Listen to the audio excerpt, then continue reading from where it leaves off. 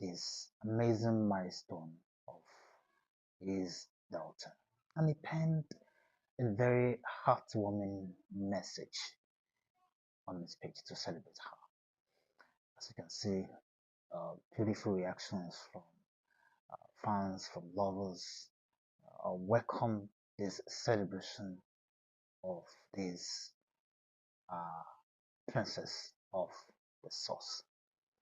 Now, we at IfeCityBlog TV also cannot wait to celebrate this princess and, of course, to wish her a happy birthday and, of course, a long life filled with prosperity and amazing endless bliss.